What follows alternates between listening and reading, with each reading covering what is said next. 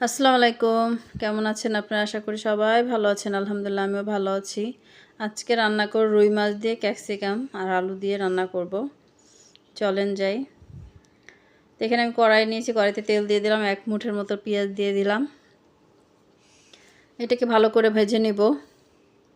আমি কখনো ক্যাপসিকাম তরকারি রান্না করিনি, অন্য সবজি রান্না করছি। তো পেঁয়াজটা একটু ভালো করে ভেজে একটু পেঁয়াজ বাটা 1 চামচের মতো দিলাম। 1 খুন্তি দিয়ে মেপে নিচ্ছি আমি। তো 1 চামচের মতো হবে এরকম পেঁয়াজ বাটা দিয়েছি। দেখেন 1/2 চামচ আদা বাটা, 1/2 চামচ রসুন বাটা দিব। ক্যামেরাটা আসলে হাতে লেগে একটু লেড়ে গেছিলো, কাটলে তো এগুলো কেটে যাবে, এজন্য কাটা হয়নি। এগুলো একটু কষানো আমার হয়ে গেছে। তো আমি এখানে 1/2 চামচের মতন কাঁচামরিচ বাটা দিয়েছি। আমাদের কাঁচামরিচটা যেটা বাড়ছে এটা অনেক ঝাল আর কি। তো এখানে আমি অন্য কোনো মরিচ দিব না, গুঁড়া মরিচও দিব না, আমি কাঁচামরিচ দিয়ে রান্না করবো তরকারিটা আজকে। তো এখানে আমি 1/2 চামচের মতন হলুদ দিছি আর কি। আমি অল্প অল্পই মশলা দিছি, কাঁচামরিচ কাল সবুজ সবুজ থাকবে এই জন্য হলুদটাও কম দিছি। যে এগুলো কষায় ভালো করে কষাই নিয়ে আমি আলুটা দিয়ে দিব। আসলে ক্যামেরাটা একটু সমস্যা হচ্ছে, এই জন্য 1/2 চামচেরও কম হবে আমি ধনের গুঁড়া দিছি।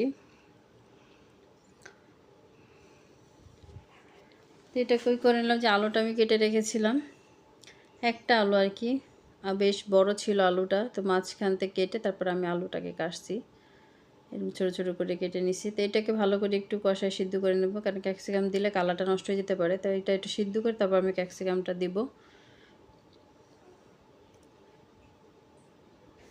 আমার এটা কষানো হয়ে গেছে, আমি এখন পানি ঢেলে দিব। পানি দিয়ে দিলাম, আমি আরও একটু পানি দিব।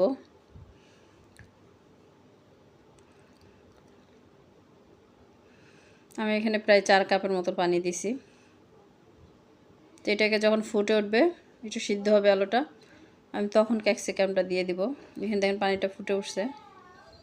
এখন যে ক্যাপসিকামটা কেটে রেখেছিলাম, আমি এখানে মিডিয়াম সাইজ আর কি, বেশি বড়ও না বেশি ছোটও না, এরকম 3টা হয়েছে। 3টা ক্যাপসিকাম নিছি, নিয়ে শুধু মাঝখানতে লম্বা লম্বা কেটে মাঝখানতে একটা করে ফাড়া দিয়ে দিছি।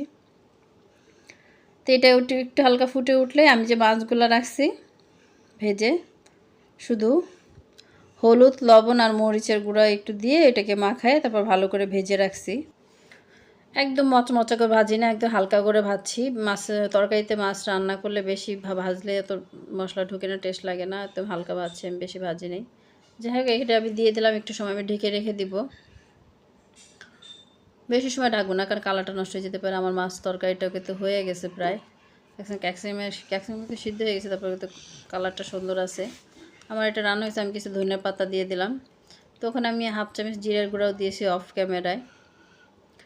মাছটা যেন না ভেঙে যায়, যেন হালকা হাতে লাড়াচাড়া করতেছি।